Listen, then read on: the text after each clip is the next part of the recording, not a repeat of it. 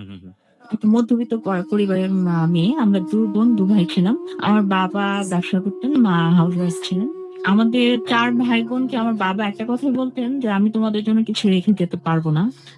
৪ টা ছেলে মেয়েকে আমি খুব এডুকেটেড করে রেখে যেতে চাই।" ওকে। ইনফেক্ট আমার বড় বোন একটা ইউনিভার্সিটির লেকচারার এখনো কাজ করছে। আর আমার বড় বোন, তারপর আমি, তারপর আমার ভাই, ২ ভাই। আ আমার ইমিডিয়েট ছোট ভাইটা এমবিএ কমপ্লিট করে এখন জব খুঁজছে। হুম, আর হুম। ছোট ভাইটা পড়ছে কলেজে। চমৎকার একটি ফ্যামিলি। জি। আমার ছেলেবেলাটা খুব সাধারণ ছিল। আমি একটু গুডি গার্ল ছিলাম। মানে একটু মানে শান্ত স্বভাবের, বাবা-মার কথা শুনতাম। মানে টাইমটা আমার জীবনটা ছিল এরকম রুটিন ওয়াইজ। সকালে স্কুলে যেতাম, স্কুল থেকে ফিরতাম। তারপর পড়তে বসতাম, ভাত খেতাম এই। টিভিও খুব একটা দেখতাম না। হুম, হুম, হুম। মানে এরকম একটা ছিলাম। আমি অলসো ক্লাস 1 থেকে ক্লাস 10 পর্যন্ত ফার্স্ট গার্ল ছিলাম। আমাকে মানে বিট করার মতো কেউ ছিল না। আমাদের স্কুলটা ছিল আমাদের ওদিকে, আমাদের বাসার কাছাকাছি খুব পরিচিত একটা মুখ ছিলাম আমি। হুম, হুম। যেমন মেধার এলাকায় জন্য। মেধার জন্য বিকজ আমি অনেকগুলো অ্যাওয়ার্ড পেতাম আসলে। দেখা যেত প্রত্যেকটা পরীক্ষার পরে সবচেয়ে বড় কথা আমি ক্লাস 5 এ যে আগে তো প্রাইমারি স্কলারশিপ আলাদা পরীক্ষা হতো। হুম, হুম, হুম। ওটাতে আমি টানপুনের বৃত্তি পাওয়া। তারপরে ক্লাস 8 এ যেটা জুনিয়র বৃত্তি, সেটাতে আমি ঢাকা বোর্ডে ফার্স্ট হয়েছিলাম। ও তো ওয়াও! এজন্য আমাকে টিভিতে ইন্টারভিউ নেওয়া হয়েছিল। টিভিতে একটা প্রোগ্রাম হতো ছোটদের, বাচ্চাদের। তো কিশোরীদের। তো ওইখানে আমার একটা প্রোগ্রামও হয়েছিল। আমার ইন্টারভিউ নেওয়া হয়েছিল। হুম, হুম, হুম। তারপর এলাকা থেকে সম্বর্ধনা যেটাকে বলে সেটা দেওয়া হয়েছিল। অনেক কিছুই। তখন বুয়েটের ভিসি ছিলেন ডক্টর শাহজাহান। হুম, হুম, হুম। উনি আমাকে প্রাইজ দিয়েছেন। উনার হাত থেকে আমি প্রাইজ পেয়েছি। তা আমার বাবা খুব প্রাইড করতেন আমাকে নিয়ে। খুব মানে সব ভাই বোনদের মধ্যে আমি ছিলাম খুব আদরের। হুম, হুম, হুম। আমি একটা কাশি দিলে আমার বাবার মনে হয় বুকে গিয়ে লাগতো। যে না জানি কি হয়ে উনি গিয়েছে বেঁচে আমার। আছেন? জি, আমার বাবা বেঁচে আছে। এবং আমার জন্য এখন কষ্ট পাচ্ছেন উনি। ওকে, যাই আমরা ধীরে, ধীরে যাই। আগে বরং আমরা বলতে চাই না যে আসলে কষ্ট না আনন্দ কি পাবে আমাদের স্টোরি শুনে। চলুন আপনি যে জায়গাটা বলছিলেন।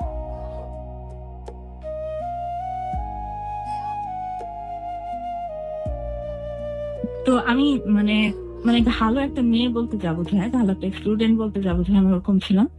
বন্ধু বান্ধবের কাছে খুব প্রিয় ছিলাম। হুম, হুম, হুম। বাবা মার কাছে, ভাই বোনের কাছে, আত্মীয় স্বজনের কাছে, সবার কাছে আমি খুব প্রিয় ছিলাম। স্কুলের টিচারদের কাছে। তো সবাই বলতো কি এই মেয়েটা জীবনে অনেক কিছু করবে, খুব উঁচুতে উঠবে।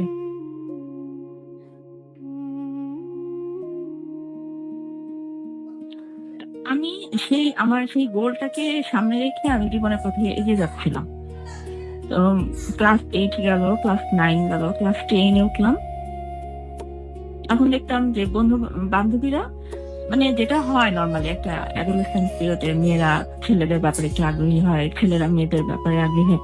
তো বান্ধবীরা খুব গল্প করতো যে ওই ছেলেটা না আমাকে প্রপোজ করেছে বা চিঠি দিয়েছে বা এই করেছে। তা আমি এই ব্যাপারগুলো এভয়েড করতাম। কারণ কি আমার মনে হতো যে আমার জীবনে আমাকে পড়াশোনা করে আগাতে হবে, এগুলো করলে আমার পড়াশোনা হ্যাম্পার হবে, আমি ওগুলোতে যাবো না। তো আমার বান্ধবীর এক চাচার বিয়ে হচ্ছে, তো আমাদের সবাইকে দাওয়াত দিয়েছে। তো হলুদে গেলাম শাড়ি টাড়ি পরে, তখন তো কিশোরী বয়স। তো ওর মধ্যে আমার বান্ধবীর এক চাচা পরে আর কি আমাকে বলে না, আমার বান্ধবীকে বলে যে তোমার বান্ধবীকে আমার খুব ভালো লেগেছে, তা আমি তাকে প্রপোজ করতে চাই। বান্ধবীর চাচা। বান্ধবীর চাচা। বান্ধবীর চাচা এই বলতে সেও তখন কিন্তু ইন্টার পড়ছে। ওকে। অল্প বয়স। অল্প বয়সে চাচা হয়ে গিয়েছে আরকি, হ্যাঁ, তাই তো? অল্প বয়সী তো। আজকাল হয় অনেকেই অল্প বয়সে হ্যাঁ, চাচা হ্যাঁ, হয়ে দাদুও হয়ে যায়। হ্যাঁ, দূর সম্পর্কের চাচা, ওর আপন চাচা না, দূর জি। সম্পর্কের চাচা। তারপরে আমার বান্ধবী স্কুলে এসে আমাকে বলছে, তোকে তো এরকম বলতে চাচ্ছে, তো তুই কি বলিস? এক বাক্যে আমি না করে দিলাম যে না, আমার পক্ষে এটা সম্ভব না, আমি না করে দিই। চাচীর সাথে প্রেম করা কোনোভাবে সম্ভব? চাচু না, ইনফ্যাক্ট কোনো ছেলের সাথে সেই সময়টা আমি প্রেম করতাম না। ওকে, যাই হোক। প্রেম করা সম্ভব ছিল না আমার পক্ষে।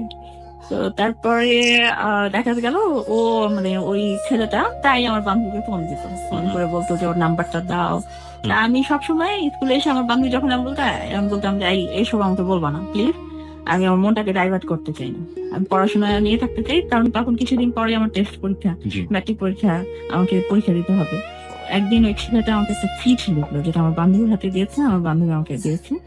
তো চিঠিটা তেমন কিছু লেখা ছিল না, বাট চিঠিটা কেন যেন আমাকে খুব স্পর্শ করলো। মানে পড়ার পরে আমার খুব খারাপ লাগতে থাকলো। তো মনে হলো যে দেখি না একটু কথা বলে। মানে কি ছিল চিঠির মধ্যে খারাপ লাগার ব্যাপারে একটু জানতে চাই। মানে ও খুব উদাস করা কিছু কথা লিখেছিল যে তুমি আমার সাথে কথা বলতে চাও না, কোনো সম্পর্ক করতে পারবো না। তা আমার খুব খারাপ লাগছে। ওর তখন ইন্টার টেস্ট চলছে, আমার পড়াশোনায় মন বসে না, মনে হয় আমি পরীক্ষা খুব খারাপ করবো। এসে তুমি তো খুব ভালো ছাত্রী, তুমি তো ভালো রেজাল্ট করবা, কিন্তু আমি খুব ডাব্বা মারবো এবার। এসে তো আমার খুব খারাপ লাগবে। তো খারাপ লাগার পরে তা আমি ভাবলাম থাক না, দেখি না একবার কথা বলে। তো তারপর আমার বান্ধবীর বাসায় গেলাম, ওদের বাসায় যাওয়ার পরে ওই ছেলেটা ফোন করেছে, কথা বললাম। কথা বলার পরে বললো যে তুমি যদি না চাও আমি তোমাকে জোর করবো না, বাট আমার খুব কষ্ট হবে, আমার খুব খারাপ লাগবে তোমার জন্য। তারপর আমার বান্ধবী, আমি বললাম কি যে আমি একজন মানুষকে আমার জন্য কষ্ট পাবে, আমার খুব খারাপ লাগবে। হয় তুমি ওনাকে বলো যে এইভাবে যাতে আমাকে কখনো অ্যাপ্রোচ না করে আমার সামনে, অথবা মানে আমাকে ভুলে গেছে, সেটা আমি বলবো। তা আমার বান্ধবী বললো যে না, উনি আসলে মনে হয় পারবে না, এটা সম্ভব না। তো তোমার ব্যাপার, তুমি যদি না পড়ো তাহলে ওনার করার কিছু না, ওনার পরীক্ষা খারাপ হবে। তা আমার সব ফ্রেন্ডরা স্কুলে গেলাম, তো গিয়ে দেখলাম সব বান্ধবীরা আমার উপর ছাপা। ছাপা কেন? যে তুমি তোমার জন্য ওর পরীক্ষা খারাপ হবে। আমাকে ব্লেম দেওয়া শুরু করলো। আমি কি করলাম? আমি তো ওর সাথে কোনো সম্পর্কে জড়াই নাই যে তোমরা ব্লেম দিচ্ছ যে আমার কারণে ওর পরীক্ষা খারাপ। এমন হতো যে আমি যে সম্পর্কে জড়িয়েছি, এখন আমি ছেড়ে দিচ্ছি তাকে। তো বলতেছে না, ছেলেটা ভালো ছিল, সব দিক দিয়ে ভালো, পড়াশোনায়ও ভালো, এখন তোমার জন্য খারাপ করবে, এটা ঠিক না, তুমি ইয়ে করো। তো দেখা গেলো একটা মোমেন্ট এসে আমি ওদের প্রেশারে রাজি হলাম যে ওর সাথে আমি কথা বলবো বা ইয়ে করবো, দেখা করবো। তো তারপরে যে ঘটনাটা ঘটলো, একদিন দেখা হলো, আমার বান্ধবীর বাসাতে দেখা হলো। মানে তখন কিশোরী বয়সে, কিশোরী বয়সের যে প্রেমটা যেরকম হয়, মানে খুব দূর দূর বুক, মানে কেউ না দেখে ফেলে, কেউ না জেনে যায়। সবচেয়ে আমার মাথার মধ্যে সবসময় একটা জিনিস ট্র্যাক করতো যে আমার বাবা যাতে জীবনে ওই ঘটনা জানতে না পারে। যাই করবো না কেন আমার বাবা থেকে হাইড করতে হবে। এবং আমার সবসময় একটা অপরাধ বোধ কাজ করতো, আমার বাবাকে না জেনে আমি জীবনে আমি কিছুই করিনি। এর আগে যতবার কোনো ছেলে আমাকে চিঠি দিয়েছে, আমি আমার বাবাকে দিয়ে দিতাম, আমার বাবার হাতে। আমার বাবা পড়ে সেটা ছিঁড়ে ফেলে দিতাম। নিশ্চয়ই এরকম মেয়ে আমাদের সোসাইটিতে এখনো অনেক আছেন। সুতরাং যারা চিঠি দেবেন তারা একটু চিন্তা ভাবনা করে দেবেন যে বাবার হাতে পড়লে আপনার অবস্থাটা কি হতে পারে। না, আমার বাবা আমার খুব ভালো মানুষ ছিল, ওই ছেলেদের ইনফ্যাক্ট আপনার বাবার মতো তো সবাই না। হ্যাঁ, চিনতেন যে মহল্লারই ছেলে, বাট উনি কখনোই কিছু বলতেন না ছেলেটা। মানে আমার বাবা হচ্ছেন খুব ইনোসেন্ট মানুষ, মানে খুব সাদা সিধে ইনোসেন্ট একটা লাইফ লিড করেছেন। ওনার সাথে ওই ছেলেটার সাথে আমি যখনই কথা বলতাম, যে বললাম আমার ভয় লাগতো বা ইয়ে হতো, একটা অপরাধ বোধ কাজ করতো। আর ওর সাথে আমি ফ্রিও হতে পারতাম না, ইজিও হতে পারতাম না, এটা আমার প্রবলেম ছিল। এভাবে টেস্ট পরীক্ষা দিলাম। টেস্ট পরীক্ষায় আমার যে রেজাল্ট ছিল, মানে তখন তো স্ট্যান্ড ছিল, স্ট্যান্ড এবং স্টার। তো তখন সবাই আমার রেজাল্ট দেখে সবাই ভাবলো যে আমি তো স্ট্যান্ড পড়বই, এত মার্কস ছিল, আমি এত মার্কস পেয়েছি। তো তারপরে আমার সাথে দেখা হতো না তেমন, জাস্ট চিঠি চিঠি ও আমার বান্ধবীর কাছে চিঠি দিত, আমি আমার বান্ধবীর কাছে চিঠি দিতাম, জাস্ট একটু আগে। এর মধ্যে প্রবলেমটা হলো, আমাদের পাড়ারই স্কুলের কাছে একটা ছেলে ছিল। তো ওদের ফ্যামিলি ব্যাকগ্রাউন্ডটা খুব মানে খারাপ ছিল, বিকজ ওর চাচা, তারপরে যারা ছিল বাবা, ওরা একটু সন্ত্রাসী টাইপের ছিল। তো ওই ছেলেটা একদিন মানে ওর বন্ধুর দ্বারা আমাকে থ্রেট পাঠায় যে ও যার সাথে, যে ছেলেটার সাথে প্রেম করে, ওকে মেরে ফেলবো, না হলে তো ওকে পাবো না। ও আমার সব কিছু রিফিউজ করছে, রিজেক্ট করছে আমাকে, এটা আমার খুব খারাপ লাগছে। তো ও যে ছেলেটাকে পছন্দ করে, সে যদি এই পাড়ায় কখনো আসে আমাকে মেরে ফেলবে। আমার তো খুব ভয় ঢুকে গেল। তখন আমার না খাওয়া, খাওয়া দাওয়া, পড়াশোনা সব শেষ, মানে আমি কিছু করতে পারবো। পরীক্ষার কিছুদিন আগে জাস্ট। মাই গড। তো এর মধ্যে আরেকটা কথা বলি, আমার একটা প্রাইভেট টিচার ছিলেন, উনি ছিলেন আসলে আমার গুরু। আমি এখনো আজ পর্যন্ত 93 থেকে উনি আমাকে, মানে 93 থেকে 96 পর্যন্ত উনি আমাকে পড়িয়েছেন। তো উনি ছিলেন না, কিছু কিছু মানুষের থাকে না আদর্শ বলে যে যে ব্যাপারটা থাকে, আমি ওনার মতো হতে চেয়েছিলাম। উনি ঢাকা ইউনিভার্সিটি থেকে পাশ করেছেন এবং অনার্স মাস্টার দুটোতেই ফার্স্ট ক্লাস পাস। বর্তমানে উনি ঢাকা ইউনিভার্সিটির প্রফেসর। তো উনি তখন অনার্স পড়ছিলেন, আমাকে যখন উনি পড়ান তখন নিজেই অনার্স পড়ছিলেন। আমাদের পাশের বাড়িতে উনি থাকতেন। আমি অ্যাকচুয়ালি তখন বুঝতে পারি নাই, পরবর্তীতে আমি বুঝতে পেরেছি যে আমি আমার ভালো লাগাটা, ভালোবাসাটা আসলে ওনার জন্য ছিল। আমি ওনার মতো হতে চেতাম, যে আমি স্যারের মতো হবো, স্যার যেমন ভালো স্টুডেন্ট, স্যার যেরকম। আমি অলওয়েজ ওনার সাথে একটা কি মনে হয় কম্পিটিশনই করতাম। স্যারকে জিজ্ঞেস করতাম, স্যার আপনি এই ম্যাট্রিকে এই বাংলাতে কত পেয়েছিলেন? স্যার যদি বলতো আমি তো 85 পেয়েছি, আমি তখন টার্গেট করতাম যে আমাকে 90 পেতে হবে, এরকম একটা ব্যাপার ছিল। কিন্তু আমি ওনাকে প্রচন্ড ভয় পেতাম। আমি ওনার চোখের দিকে তাকিয়ে কখনো মানে পড়তাম না, মাথা নিচু করে পড়তাম। তো ওই যে মাকসান টাইপ যে একটা ছেলে ছিল সন্তোষীতে, ও তো নানান ভাবে আমাকে হ্যারেস করছিল। দেখা যেত দেয়ালে দেয়ালে আমার নামের সাথে ওর নাম যুক্ত করে লিখে রাখতো, এই করতো সেই করতো, যেটা করতো আর কি। তো আমার বাবা ভয়ে অনেকবার ওর গার্জিয়ান, আমার স্কুলের টিচাররা গিয়ে ওর গার্জিয়ানকে বলেছে যে এরকম করছে আমাদের স্কুলে একটা মেয়ের সাথে, এটা তো ঠিক না। তো বলতে কি আপনাদের মেয়েকে সামলান, আপনাদের মেয়ের প্রবলেম আছে। ছেলে মানুষ এরকম করে, ছেলেরা এরকম একটু হয়। খুবই কমন ফেনোমেনা। হ্যাঁ, এবং হুম, গত সপ্তাহে আমরা ঠিক যে গল্পটা বাজিয়েছিলাম, এখানে শানু এসেছিল, শানু কিন্তু একই কথা বলেছে যে আমি এই গল্পগুলো বলতে পারিনি এই কারণে যে এই কথাটাই বলা হতো যে সব দোষ মেয়েদের, সুতরাং তোমরা ঠিক হও। হুম। সেম ব্যাপারটা আপনার মধ্যে যেটা হুম। পেলাম একটা সময়। তারপর ছেলেটা একটা মেয়েকে, স্কুল গোয়িং একটা মেয়েকে, এখন যেটাকে ইফটিজিং বলে, ইফটিজিংটা এত প্রবল ভাবে এসেছে। আসলে তখন তো এত ইফটিজিং বুঝতাম না, হুম। ইফটিজিং ব্যাপারটা কি। তো ওই ছেলেটা কিন্তু আমার সাথে সেম থিং করতো। বাট ওই যে যখন ওর বাবাকে বিচার দিতে যেত, ওর চাচাকে বিচার দিতে যেত, তখন বলতো কি মেয়েটা, তাহলে আপনাদের মেয়েকে একই স্কুলে পাঠান কেন? একা স্কুলে কেন পাঠান? একা একা স্কুলে স্কুলে কেন কেন পড়ান? পাঠান, কেন যায় একা স্কুলে? হুম, একা স্কুলে যায় কেন? ছেলেরা এরকম একটু করে, একটু মেয়ে দেখলে এরকম একটু দুষ্টামি ফাজলামো করে, এটা কোনো ব্যাপার না। তো এরকম স্কুলের টিচাররা পর্যন্ত জানতেন যে এরকম। তো দেখা গেল তখন আমাদের টেস্ট পরীক্ষার পরে কোচিং হচ্ছিল, তা আমি কোচিং এ যাওয়া বন্ধ করে দিলাম। আমার টিচার, আমার স্কুলের প্রিন্সিপাল, উনি বললেন যে ঠিক আছে, তুমি যদি স্কুলে আসলে সমস্যা, তুমি এসো না, বাসায় গিয়ে তোমার স্যার গিয়ে পড়ায় আসবে, স্কুলে কোন টিচার তোমার লাগবে, বাসায় গিয়ে তোমাকে পড়ায় আসবে। তো তখন তো আমি মেন্টালি খুব ডিপ্রেস থাকতাম যে কেন এরকম হচ্ছে, কেন এরকম হবে। হ্যাঁ, এই কারণে আমি খুব ডিপ্রেস ছিলাম। তো যেটার রেজাল্ট আলটিমেটলি আমি পেলাম আমার পরীক্ষার পরে। আমি অনলি 9 মার্কস এর জন্য আমি স্ট্যান্ডটা করতে পারিনি, You got star marks, but Yeah. stand করতে পারেননি। স্ট্যান্ড করতে পারিনি। এবং বাংলাতে আমি 9 কমপ্লিট ছিলাম, অন্য সাবজেক্টে সবগুলোতে ঠিক ছিল। এটা ছিল আমার জীবনের আরেকটা মানে হোঁচট খাওয়া বা মানে যেটাকে কষ্টের একটা মুহূর্ত যেটাকে বলে। যেদিন আমার রেজাল্ট বের হয়েছিল, আমার চেয়ে আমার বাবার মানে চেহারাটা বেশি মলিন ছিল, উনি বেশি আপসেট ছিলেন যে এটা কি হলো। তো আমাকে কেউ বাসা থেকে কেউ কিছু বলেনি, স্কুলের টিচাররাও কেউ কিছু বলেনি, বাট আমি ভেতরে ভেতরে খুব কষ্ট পেয়েছি। Ranked ছিলেন তো আপনি, right? জি, কত মার্কস পেয়েছিলেন মনে আছে? এই মুহূর্তে মনে হয় 869, 869। এটা আমি এই জন্য জিজ্ঞেস করছি যে স্টার মার্কস বা স্ট্যান্ড করার ব্যাপারটা আসলে আমিও পেয়েছিলাম, লাস্ট ব্যাচ ছিলাম।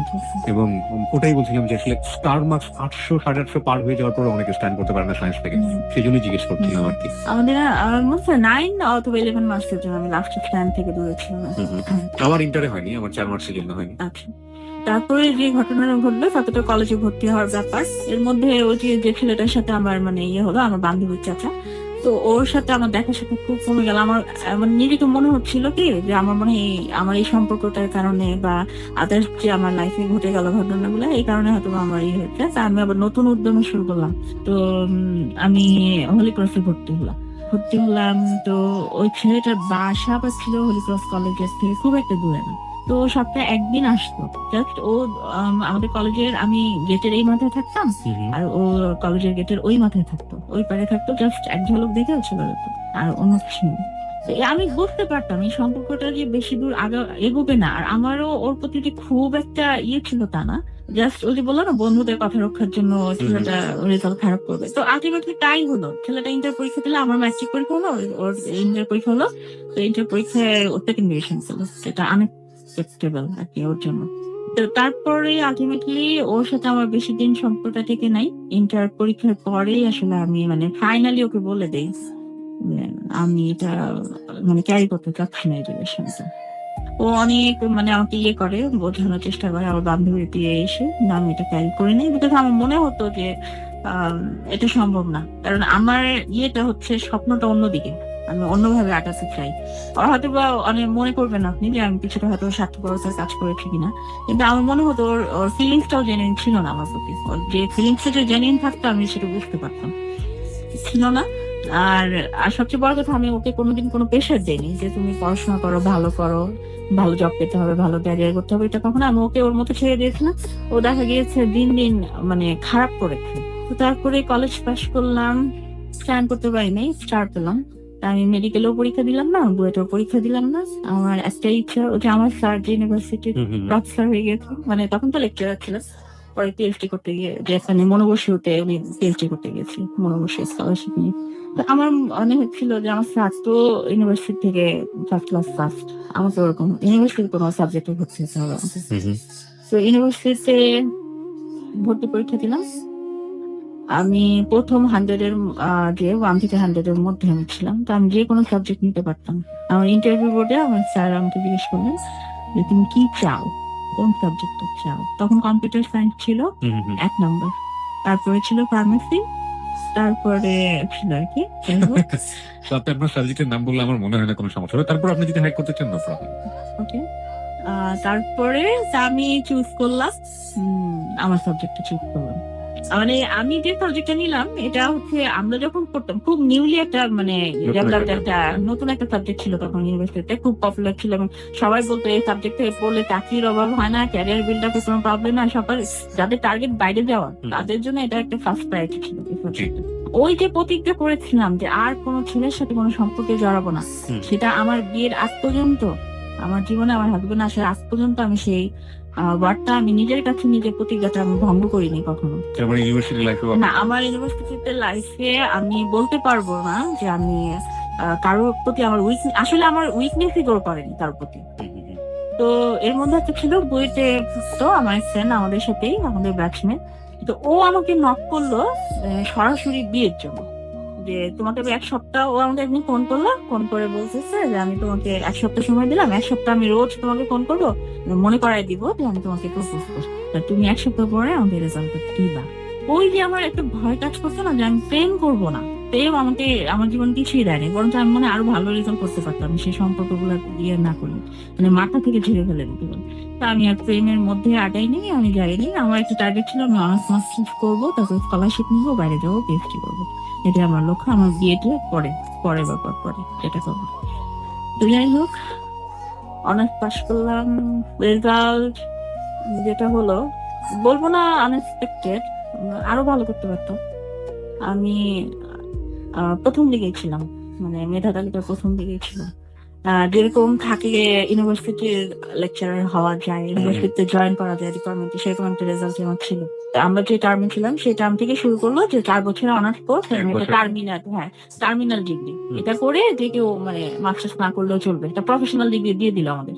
আমি চিন্তা করলাম যে আমি একটু রিসার্চ লাইনে চলে যাই, কারণ রিসার্চ লাইনে গেলে আমার পিএইচডির জন্য স্কলারশিপ পাওয়াটা আমার জন্য ইজিয়ার হবে রাদার দেন মাস্টার্স করাটা। তো আমার এক স্যার ছিলেন, উনি একটা রিসার্চ ইনস্টিটিউটে তখনই শিফট করেছেন, আর কি ঢাকা ইউনিভার্সিটি থেকে শিফট করেছেন রিসার্চ ইনস্টিটিউটে।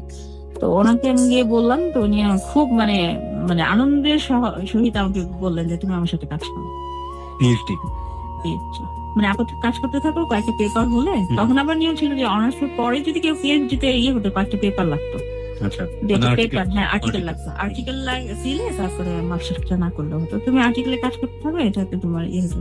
তখন মানে আমাদের ইকোনমিক্যাল মানে ফিনান্সিয়াল কিছু প্রবলেম দেখা দিল। প্রবলেম যে আমার বাবার যে বিজনেসটা ছিল সেটা উনি মানে একটু ডাউনের দিকে চলে যাচ্ছিল, উনি লস করছিলেন বছরের পর বছর, পুঁজিটা মূলধন যেটা বলা যায় সেটা মানে নীলের দিকে চলে যাচ্ছিল। আমার মাসে স্ট্রাইক করলো যে আমার বাবা আমাদের জন্য এত কিছু করেছে, তো বাবার এই মানে ক্রাইসিস মোমেন্টে আমার কিছুটা, আমি যদি আমার মাস্টার্সে ভর্তি হই ওনার জন্য একটু বার্ডেন হয়ে যাবে। আমি দেখি না যদি আমার রিসার্চটাও হলো, আমার আর্টিকেল হলো, পেপার হলো, আমার জবও হলো, স্যালারি পেলাম, সব দিক দিয়ে আমি পাচ্ছি, আমি জয়েন করি। এই জন্য আমি স্যারের সাথে জয়েন করলাম, কাজ করছিল, আর অক্টোবরে জয়েন করেছি আমি।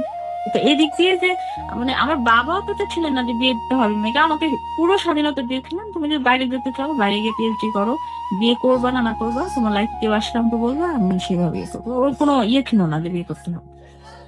তো যাই হোক, এক স্যারের ওয়াইফ ছিলেন, ওই স্যারটা খুব আমাকে খুব আদর করতেন। তো একটা থাকে না যে মেয়েটা ভালো বা একটা ছেলে ভালো আছে, দেখি না এর সাথে বিয়ে হলে কেমন হয় এরকম। তো ওই আন্টিটা পত্রিকায় একটা বিজ্ঞাপন দেখলাম, যেটা আমার হাজব্যান্ড, আমার হাজব্যান্ড 9 বছর আমেরিকায় থেকে তখন বাংলাদেশে আসছে, 2004 বাংলাদেশে আসছে বিয়ে করার জন্য মেয়ে। পত্রিকায় বিজ্ঞাপন ছিল, এবং সেই বিজ্ঞাপনটা কি ছিল একটু বলবো না? বিজ্ঞাপন ছিল যে আমেরিকা প্রবাসী, এরকম ওর কোয়ালিফিকেশনের বর্ণনা দিল, ইঞ্জিনিয়ার, এরকম পাত্রীর বয়স এত, পাত্রী করছে এরকম পাত্রী করছে। তো আমার সে আন্টিটা মানে পত্রিকার একটা কৌতূহলের বসে একটা ফোন দিয়েছে Okay. ফোন নাম্বারে দিয়েছেন, দিয়ে একটু আলাপ করেছেন। তো আসলে কি কোইন্সিডেন্টলি দেখা গেল আমার ওই আন্টিটা যে গ্রামের, যে জায়গায়, ওর বোনের শ্বশুর বাড়ি, আমার হাজবেন্ডের বোনের শ্বশুর বাড়িটা সেম জায়গায়, একই গ্রামের এবং পাশাপাশি বাড়ি। Okay. তো ওই ওই ইয়েতে না আন্টি অনেক কথা বলে ফেলেছেন, ওই পরিচিত হয়ে গিয়েছে। ও বর্ণনা দিচ্ছে অমুককে চেনেন কিনা, অমুককে চেনেন কিনা, ও বলতেছে হ্যাঁ চিনি। এরকম করতে করতে দেখা গেছে আন্টির সাথে অনেক কথা বলছে। আর আমার হাজবেন্ড হচ্ছে খুব, মানে কি বলবো, কনভিন্সিং পাওয়ার খুব বেশি। ও মানুষকে খুব সহজে ইয়ে করতে পারে, Convince করে তুলতে পারে। কনভিন্স করতে পারে। খুব কথা বলে, প্রচুর কথা বলতে পারে সে, একটানা কথা বলতে পারে সে। তো খুব কথা বললো, তা আন্টি খুব ইমপ্রেস হয়ে গেল। কিন্তু ছেলে তো মারাত্মক ভালো, আমেরিকা থেকে আসছে, কোনো মানে প্রাইড নাই, কিছু নাই, এত ভালো শিক্ষিত একটা ছেলে, কোনো ইয়ে নাই, এত সুন্দর করে কথা বলে। তো এই ছেলেকে বললেন কি, তুমি আমার মেয়ের অফিসে আসো, আমি যাকে দিয়ে দিতে চাই তার বায়োডাটা আমি তোমাকে দিব। আমি কিন্তু এদিক দিয়ে কিছুই জানি না যে আমার বায়োডাটা দেওয়া হচ্ছে। ইনফ্যাক্ট তখন আমি অফিসে আমি কাজ করছি। ও গেল, যাওয়ার পর আমার বায়োডাটাটা নিল, আমার ছবি নিল, এবং ওর বায়োডাটা ছবি দেয় নাই, বায়োডাটা দিয়ে গিয়েছে। দিয়ে দেওয়ার পরে আন্টিকে বলেছি যে আমি একটু মেয়েটার সাথে কথা বলতে চাই, তো বায়োডাটাতে তো নাম্বার হয়তো বা ছিল বা ছিল না, হয়তো আন্টি দিয়েছেন, আমার তখন মোবাইল ছিল আর কি। তো আমার সেল ফোন নাম্বারটা ও কালেক্ট করে ভাবে। আন্টিকে বলে আমি কিন্তু আপনার ভাতিজিরে ফোন দিব। তো আন্টি হিসেবে বলছে হ্যাঁ দিয়ে, অসুবিধা নেই, কথা দিব। তো আমি অফিস থেকে বাসায় আসার সাথে সাথে দেখে মোবাইল আননোন নাম্বার একটা ফোন। তো ও দেখি আমার হাজবেন্ড, তখন তো হাজবেন্ড হয়নি, তবু হাজবেন্ড আছে। তো কথা বলছি যে আপনি আমার নাম ধরে বলে আপনি অমুক বলছেন, দিয়ে বলছি যে আপনার বায়োডাটা আমার কাছে আছে। আমার বায়োডাটা আপনার কাছে কিভাবে? আপনার ওই আন্টিটা দিয়েছে। আচ্ছা দিয়েছে কেন, কি ব্যাপার? তো ওর বৃত্তান্ত আমাকে বললো, আমি এত বছর আমেরিকায় ছিলাম, এই করেছি সেই করেছি। আমি কি করতো, আপনাকে কি বলেছিল? ও আমাকে বলছিল ও গ্রাজুয়েশন করেছে আমেরিকা থেকে? আমেরিকা থেকে।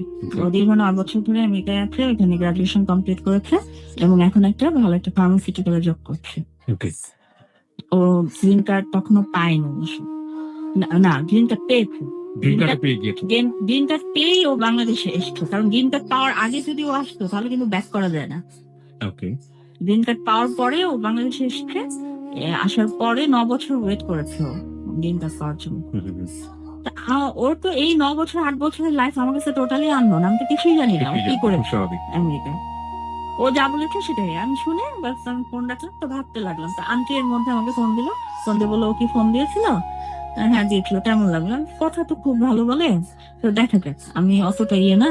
তারপর তো এদিকে আমি অন্য জবের জন্য কিন্তু ট্রাই করছিলাম, মানে অন্য, মানে তখন কিন্তু আমি পার্ট টাইমে জব করতাম, একটা প্রাইভেট ইউনিভার্সিটিতে পড়াতাম। তো দেখা যায় আমি সকালে ক্লাস নিতাম, 8টা থেকে 10টা ক্লাস নিয়ে তারপরে আমার ওই রিসার্চে চলে যেতাম ওই ইনস্টিটিউটটাতে, ওটাতে গিয়ে কাজ করতাম। দেখা যেত অনেক মানে কষ্টের একটা কাজ ছিল, রিসার্চের ব্যাপার তো। 7টা 8টা বেজে যেত, বাসায় আসতাম, টায়ার্ড থাকতাম খুব। তো করতাম, আমি একটা ফুল টাইম মানে ইউনিভার্সিটিতে পড়াবো এরকম একটা জব করছি। আমাদের সাবজেক্টটা আবার বেশিরভাগ ইউনিভার্সিটিতেই এখনো খোলা হয়নি, মানে অতটা পপুলার না। প্রাইভেট ইউনিভার্সিটিতে আসলে এটা নাই, বিকজ যে এখানে ল্যাব ফ্যাসিলিটি অনেক বেশি দিতে হয়, যেটা আসলে দেওয়াটা সম্ভব হয় না প্রাইভেট ইউনিভার্সিটি। তখনই আমার ডিপার্টমেন্টের এক স্যার এই একটা প্রাইভেট ইউনিভার্সিটিতে ওনাকে নিয়ে যায় সাবজেক্টটা জাস্ট ওপেন করার জন্য, স্ট্যাবলিশ করার জন্য। তো ওনাকে গিয়ে বলার সাথে সাথে আমরা 8 জন ইন্টারভিউ দেই, ও 8 জনের মধ্যে আমাকে উনি নেন সিলেক্ট করেন। তো ফুল টাইম লেকচারার হিসেবে আমি তখন, মানে এটা বিয়ের ঠিক 1 মাস আগে আমার কথাবার্তা হচ্ছে যে আমি ফুল টাইম হিসেবে ওই ইউনিভার্সিটিতে জয়েন করবো। আর এই জবগুলো আমি আমার রিসার্চ ইনস্টিটিউটে যে স্যার ছিল আমি ওনাকে বলে দিচ্ছি যে স্যার আমি এরকম জব পেয়েছি, এটা আমি ছেড়ে দিতে পারি। আর আরেকটা ইউনিভার্সিটিতে যে পার্ট টাইম লেকচারার হিসেবে কাজ করতাম ওটা অলরেডি ছেড়ে দিয়েছিলাম আমি। তো তখন তো ওর সাথে আমার পরিচয় হলো, পরিচয় হওয়ার পরে তো ও দেখলাম মানে খুব আগ্রহ আমাকে দেখা।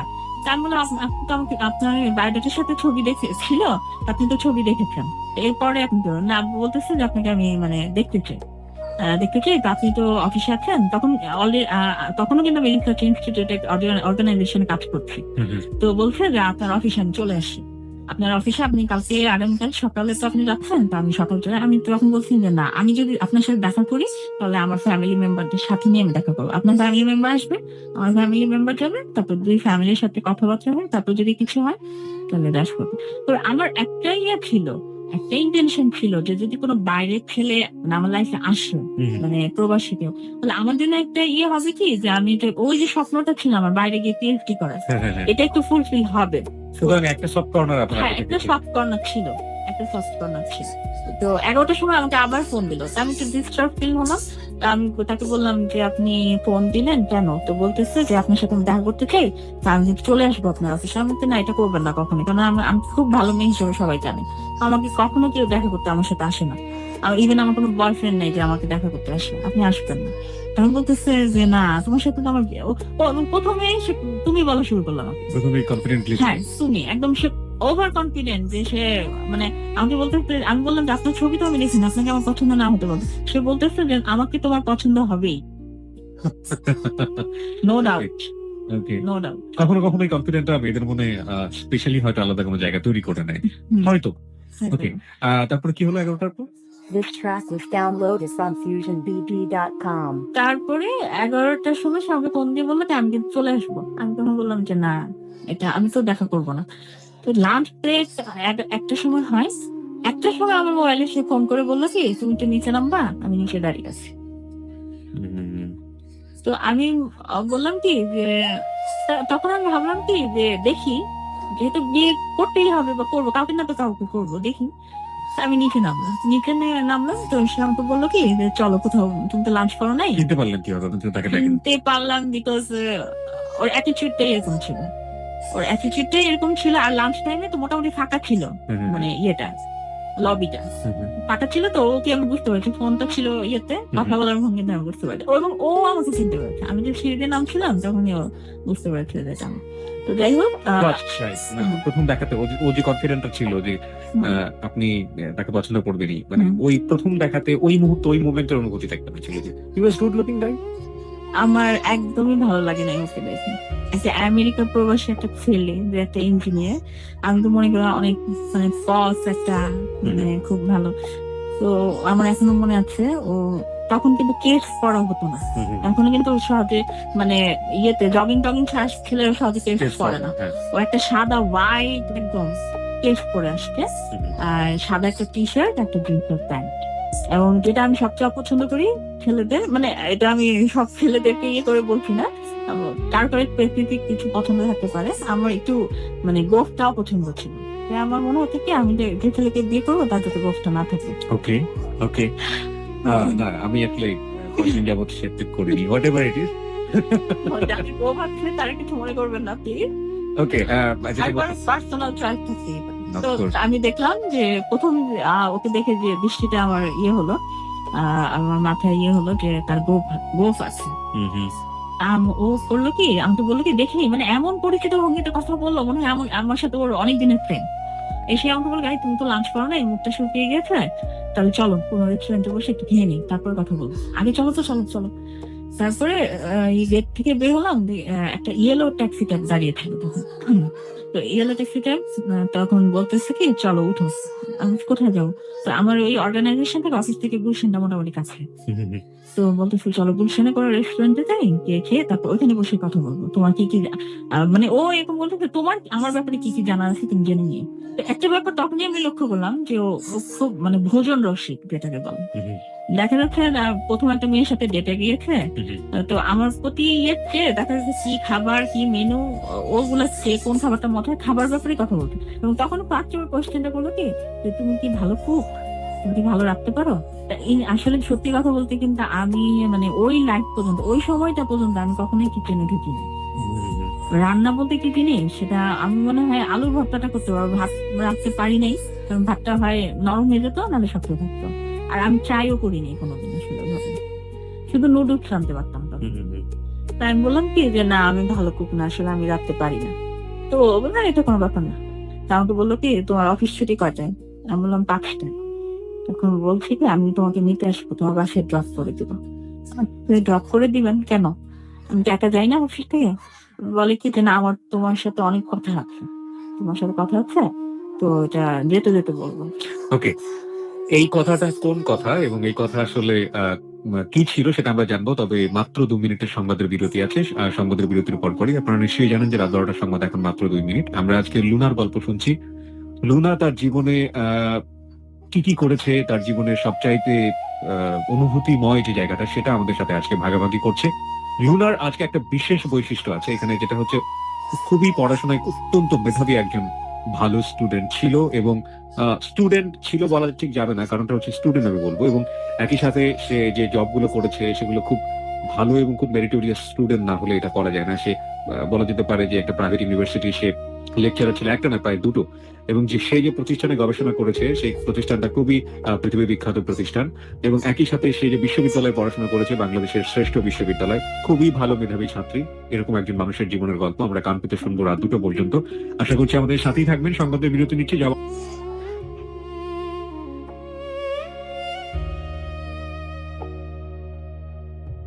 ছিলাম যে আপনি বলছিলেন যে আপনার হবু বর তখনও তো হয়নি আসলে, খাওয়া দাওয়ার ব্যাপারে খুব বেশি আগ্রহ, এবং বললো যে সে 5টার দিকে আপনাকে নিতে আসবে।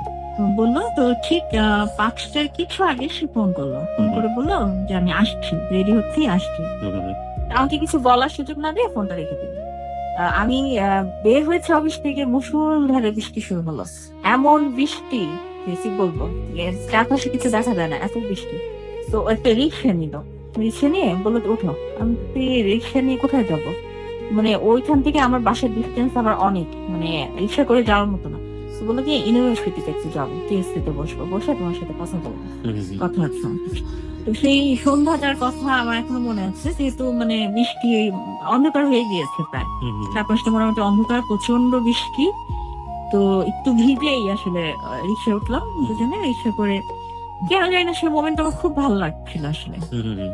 আমার মনে হয় এটা একটা কারণ হতে পারে যে আমি পুরোটা আমার ইউনিভার্সিটির লাইফ বলেন বা সেই মোমেন্টে আমি আসলে কোন ছেলের আমার জীবনে আসে নাই তখন, মানে আমি একটু মানে ছেলে বিবর্জিতই ছিলাম। তো সেই মোমেন্টটা আমার মনে হচ্ছিল খুব রোমান্টিক একটা মোমেন্ট আমার কাছে, খুব ভালো লাগছিল। ওয়েদারটা অনুকূলে, ওয়েদারটাও ভালো ছিল।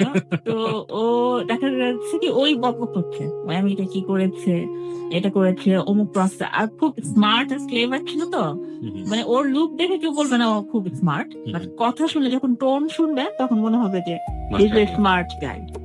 সো টোন একটা ম্যাটার করে। হ্যাঁ, টোন একটা ম্যাটার করে। টোনটা মাশাআল্লাহ আসলে ভালো, অনেক ভালো। আমার হাজবেন্ড বলে বলছি না। ওকে, আমাকে একটু বলবেন মানে উনি পেশায় কি করেন, শুধুমাত্র এটুকু বললেই হবে, এবং আপনি যদি এক্সাক্টটা বলবেন না আমি জানি, একটু বুঝিয়ে দিলেই হবে, যেহেতু টোনের ব্যাপারটা ও নিশ্চয়ই।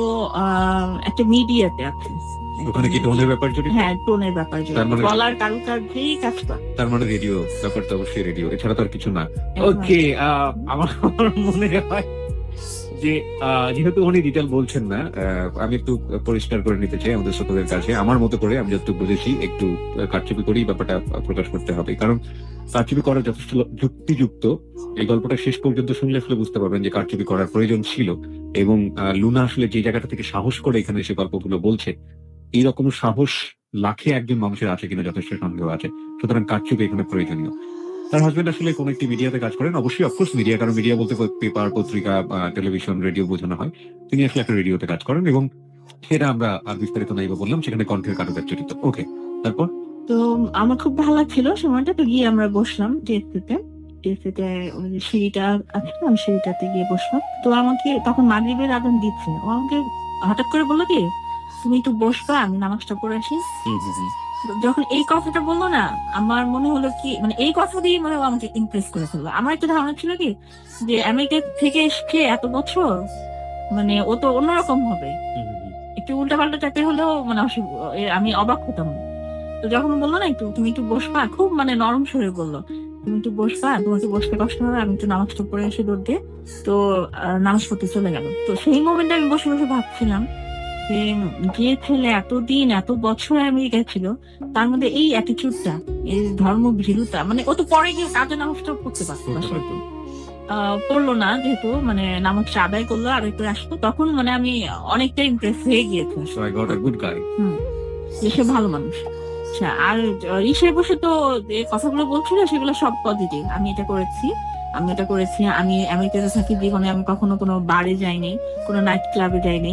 আমি যেখানে থাকি সেখান থেকে মানে লাস ভেগাস খুব কাছে, বাট আমি লাস ভেগাসের জীবনেও যাইনি।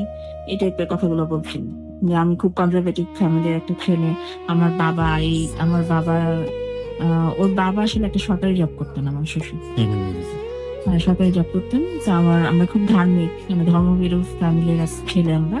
এই অনেক বছর আমেরিকা থেকেছি, পড়াশোনা ছাড়া আমি কিছুই করিনি জীবনে। আমার অ্যাচিভমেন্ট একটাই, আমি পড়াশোনা করেছি। তো আমাকে আরেকটা ডিসিশন নিলাম, একদম বাসা পর্যন্ত আমার বাসায় গেটে নামিয়ে দিয়ে তারপর বাসায় ব্যাক করলো। তো বাসায় ব্যাক করলো, তো সেই রাতটা, সেই সন্ধ্যাটা, সেই মোমেন্টটা চলে গেল। তখন আমার একটু খারাপ লাগতে শুরু করলো। আমার মনে হয় আরেকটু ওর সঙ্গটা পেলে ভালো লাগতো, আর কিছুটা সময় থাকতে পারতাম সাথে। একদিক দিয়ে খুব ভালো লাগছে, আরেকদিক দিয়ে একটু মন খারাপ লাগছে। তো যাওয়ার পরে চেঞ্জ করলাম, করার পরেই ও আবার ফোন দিল, কি করছো? এটাই করছি। আমার কথা ভাবছো না? আপনার কথা হ্যাঁ ভাবছি। তো বলছেন ভাবতে বাধ্য তুমি, তুমি ভাবতে বাধ্য। আমার চোখগুলো তুমি দেখেছো? সবাই না আমার চোখে অনেক প্রশংসা করে, আমার চোখ অনেক সুন্দর। তুমি তো কিছু বললা না, আমার চোখ অনেক সুন্দর না? জানো, মেয়েরা আমাকে পছন্দই করে শুধু চোখ দুটোর জন্য। তা আমি কিছু বললাম, মানে আমার আমি আর ওর থেকে বিপরীত ক্যারেক্টার। আমি খুব সাইকেল করি, সাথে কথা বলি না। যে এখন যেভাবে আমি বলছি, আমি গত 5 বছর আগে এভাবে ছিল, এরকম ছিলাম না। ও দেখা গেল কি বিপরীত ক্যারেক্টার। তো যারাই আমার মনে হয় কি চুপচাপ কথা কম বলে, তারা মানে অপরপক্ষে শুনতে পছন্দ করে। তো ও যে কথাগুলো বলতো না, আমার খুব ভালো লাগছে কিন্তু তখন শুনতে। আর ও এক টানা কথা বলতে পারে, এক টানা। এমনও রেকর্ড আছে, ওর সাথে আমি টানা 13 ঘন্টা কথা বলেছি, 13 ঘন্টা। এবং এর মধ্যে আমি বেশিরভাগ সময় চুপ, ও কথা বলেছে। তো যাই হোক, কথা বলছে এরকম।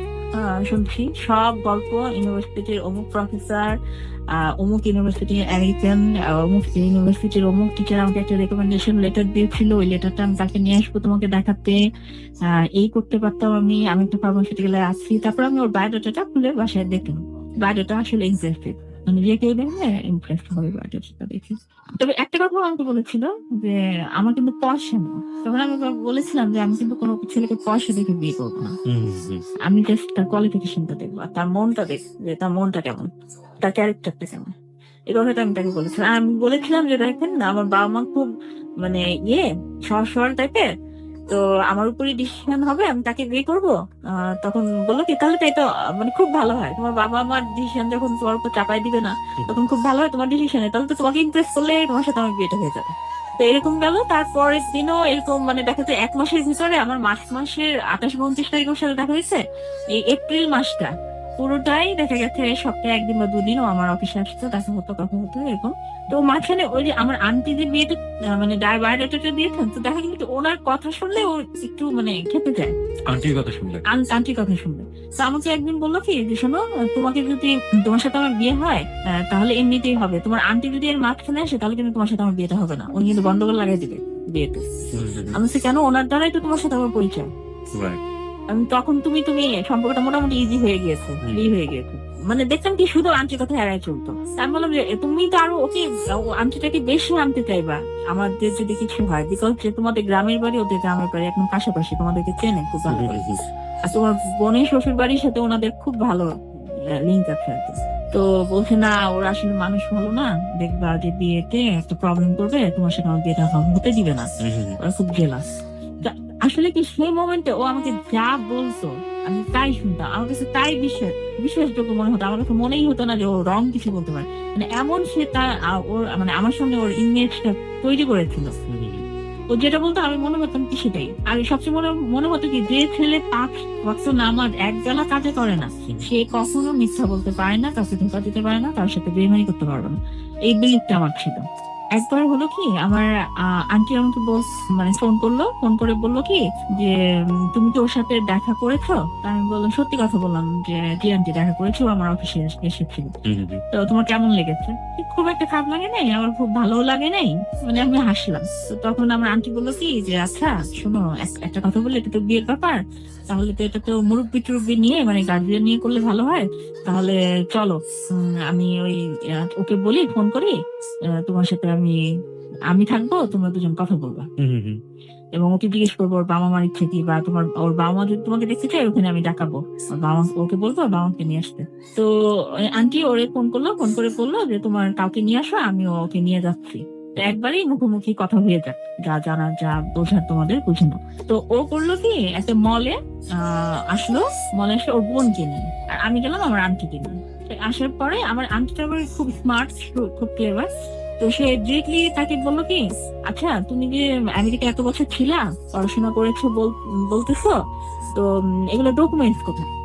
বিয়েটা তো অনেক ইম্পর্টেন্ট একটা ব্যাপার, আর তুমি এত বছর ওখানে কি করেছো আসলে তো আমরা জানি না। জি। আমরা চাইলেই খোঁজ খবর নিতে পারি, বাট হুম। ওইটা হচ্ছে এটা ভালো না যে তুমি নিজে থেকে আমাদের সবকিছু দিচ্ছ দেখিয়ে দিবি। বা দেখিয়ে দিচ্ছ।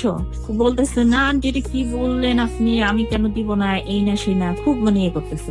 তো তখন বলতেছে কি যে আন্টি একটা জিনিস আমি সব দিব, আমার কথা আপনাকে, আপনি যদি বিশ্বাস করেন তাহলে আপনারা গেইনার হবেন, আর যদি অবিশ্বাস করেন আপনারা লুজার হবেন। তো আমার আন্টি বললো কি যে লুজার হবো মানে, বলে কি আমি যদি প্রুফ দেখাই আমার এডুকেশনাল কোয়ালিফিকেশন বা আমি কি করেছি, প্রুফ দেখালে কিন্তু আমি আপনার মানে ভাগ্নিকে আর বিয়ে করবো না। আর যদি প্রুফ না দেখে আমার কথা বিশ্বাস করে আমাকে পছন্দ করে আপনার ভাগ্নি আমাকে বিয়ে করে, ও যদি আমাকে বিয়ে করে তাহলে ও গেইনার হবে। Very important part of your story I think. Hmm. এটা আপনার জন্য খুবই গুরুত্বপূর্ণ একটা পার্ট। ওকে, তার আগে তো আপনি মোটামুটি অ্যাফিলিয়েটেড হয়ে গিয়েছেন হ্যাঁ হ্যাঁ মনের দিক থেকে। হ্যাঁ হ্যাঁ, মনের দিক থেকে অনেক অনেক ব্যাপারে মানে অনেকটা ইয়ে হয়ে গিয়েছে আসলে। তো তারপরে এই কথাটা যখন বললো, তো বলার পরে তো আমার আন্টি বললেন কি, আচ্ছা ঠিক আছে বাবা, তাহলে তোমার আব্বা আম্মাকে তো আনলা না? তো ও বললো কি যে এখান থেকে আমাদের বাসা তো বেশি দূরে না, আমার আব্বা আম্মা আমার বোনের বাসাতে আসবে, চলেন আন্টি আমি দেখা করে আসি। মানে খুব উৎসাহ নিয়ে। তা আমি আন্টি বললো কি চলো যাই দেখা করে আসি, মানে আমার হাত ধরে একটু মানে ইয়ে করলেন, ইশারা করলেন চলো যাই দেখে আসি। তা আমি একদম এটার বিরুদ্ধে ছিলাম যে আমি যাবো কেন, আমি তো মেয়ে, ওর বাবা মা আসবে আমার বাসায়, যেটা নর্মালি হয়। হ্যাঁ, আমি যাবো কেন, আমি যাবো কেন?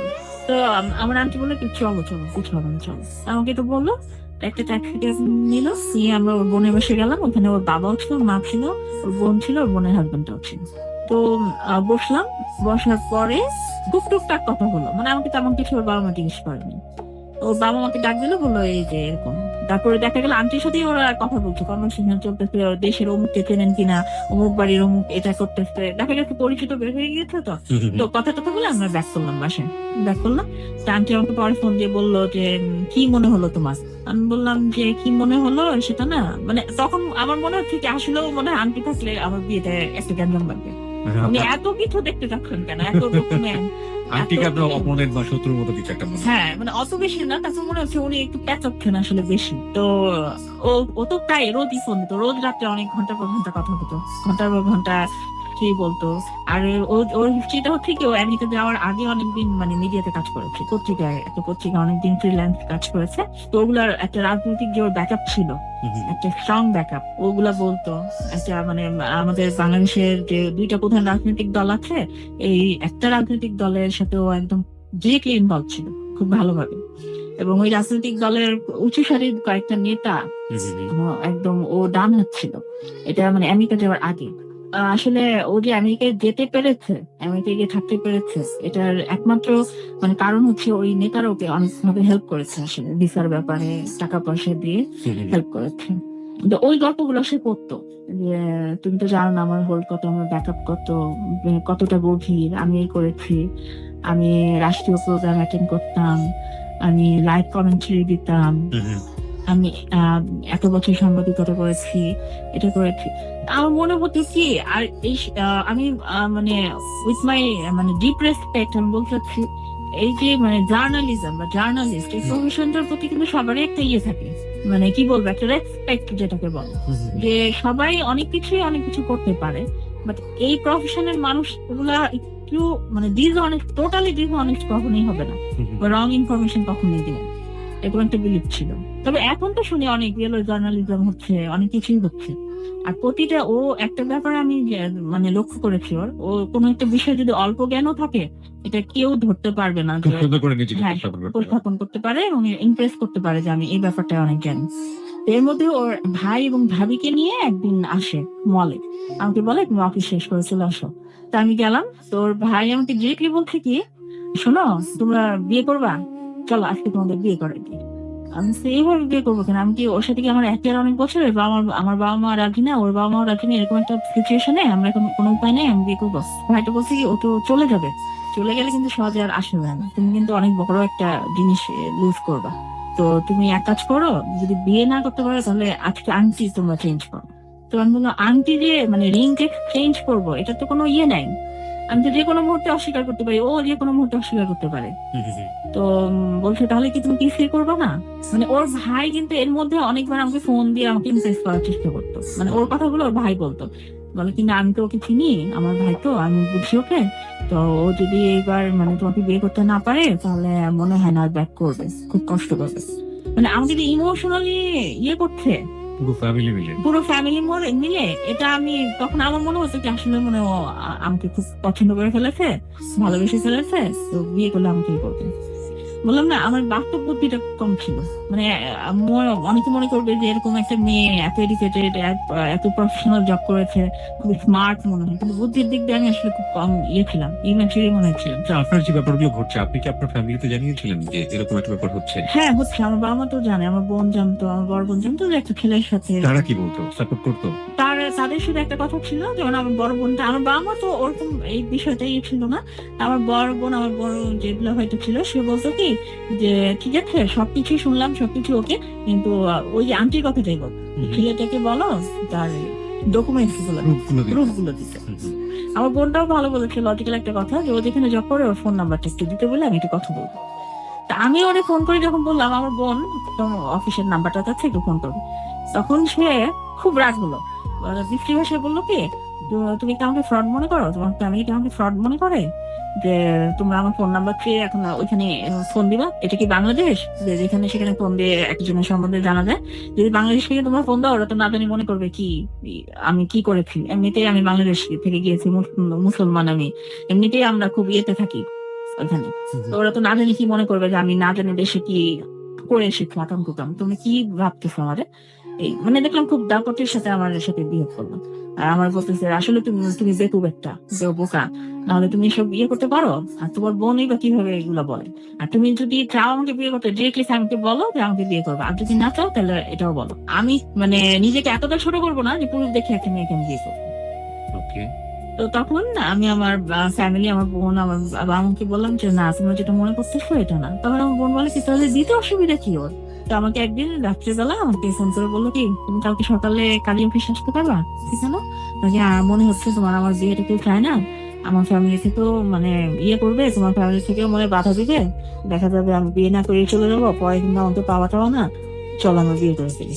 তার মানে আপনি ফ্যামিলির যে স্ট্যান্ডটা ছিল, মানে দুই জায়গা থেকে দুই ফ্যামিলির যে স্ট্যান্ডটা ছিল, সেই স্ট্যান্ডে আপনি ছিলেন না, এটা কনফিডেন্টলি বলা যায়, কারণ আপনি অলরেডি তাকে ফল ইন লাভ। এটা তো আপনি অস্বীকার করার কোনো উপায় নেই। না, অস্বীকার করার উপায় নেই, কারণ তখন দেখা যেত একদিনও ফোন না দিলে আমার খারাপ লাগতে থাকতো। কতদিনের সম্পর্ক ছিল? এটা 1 মাস। মাত্র 1 মাসেই এত বেশি?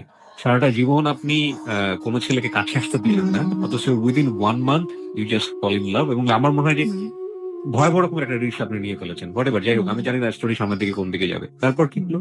তো বললাম না, একদিন ফোন না দিলে আমার অস্থির লাগা শুরু করতো। আমি ফোন দিতাম তখন, যে কেন ফোন দাও নাই কেন? ও প্রায় বলতো কি যে আমি তো বাংলাদেশের ছেলে, ঢাকার ছেলে, আমার ঢাকার বাড়ির অ্যাড্রেস তো তোমরা জানোই, যাও তোমার বাবা মার সাথে কথা বলো, ওইখানে কি খোঁজ খবর নিবা। আমার বন্ধুরা ভাই বললো কি ঠিক আছে তাহলে ওর ফ্যামিলিকে আসতে বলো আমাদের বাসায়। সবাই আসলো আমাদের বাসায়। আসার পরে আমি খুব এক্সাইটেড ছিলাম সেই মোমেন্টে। তো ওর মা আমাকে জিজ্ঞেস করলো কি কোরআন শরীফ পড়তে পারো প্রথম দেখাতে? তা আমি বললাম কি হ্যাঁ পড়তে পারি। পড়ো নাকি শুধু অফিসই করো? এরকম একটা ভঙ্গি ছিল কথা। তা আমি কোনো উত্তর দিইনি। ও প্রথম দেখাতে আমাকে বললো কি পা ধরে সালাম করতে, তো ওর বাবা আর মার পা ধরে সালাম করতে।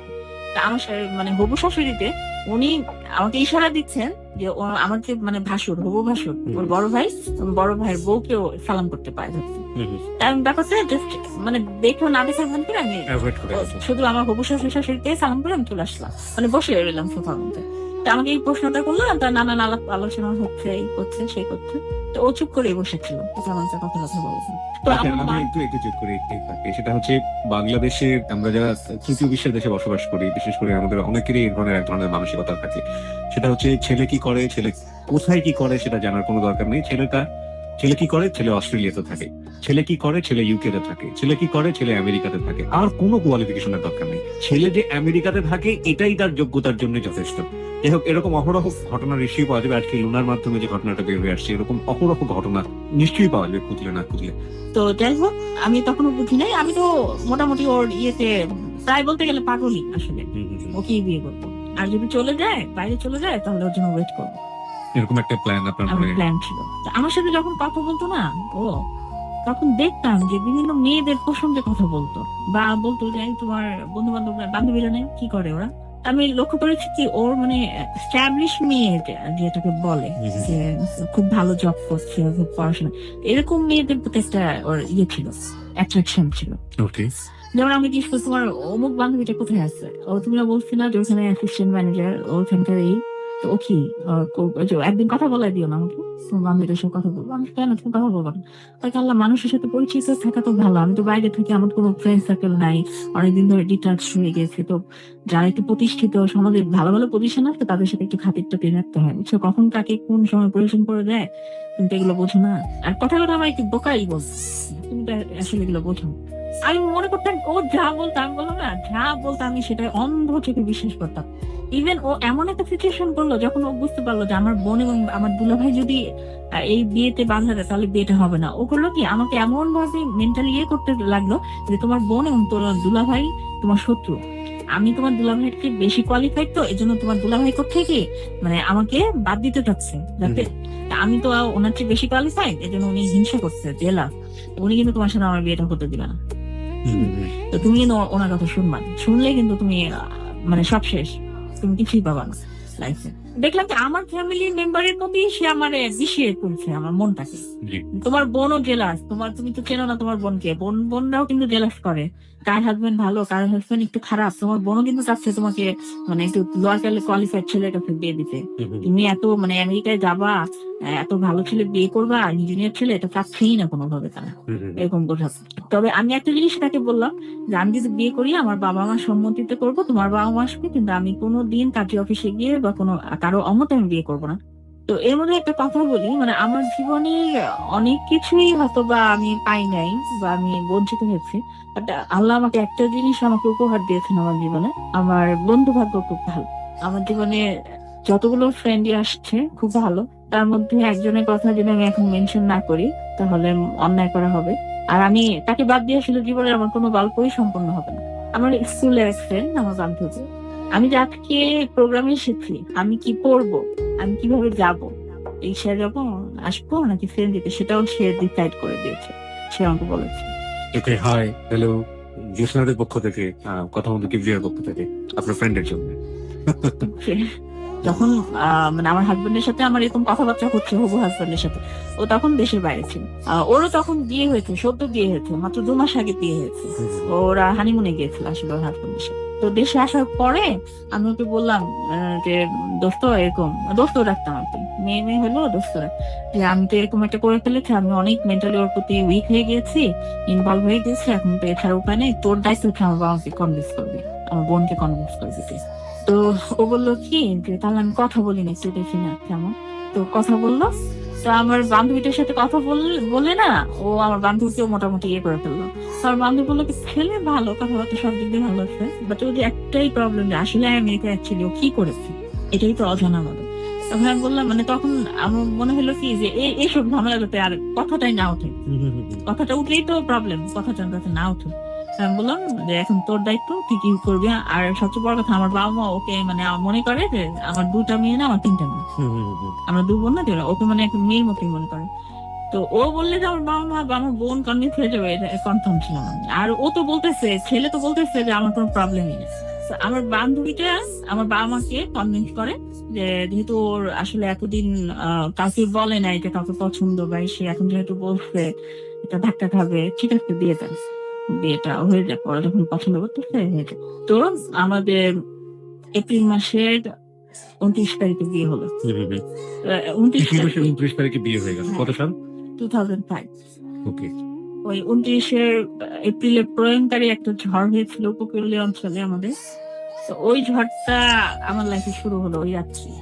তো ও প্রথমে বললো কি যে ঠিক আছে বিয়েটা হবে খুব মানে অর্ডিনারি, মানে ঘরোয়া ভাবে বিয়েটা হবে, মানে যার জন্য কিছুই না, আমি বিয়ে করে তোমাকে রেখে মানে আগ যেটাকে বলে যেটা বলে সেটা হবে, তারপর আমি ব্যাক করে বড় করে অনুষ্ঠান করবো, তোমরা আমরা মিলে একটা ইয়ে করবো, প্রোগ্রাম করবো।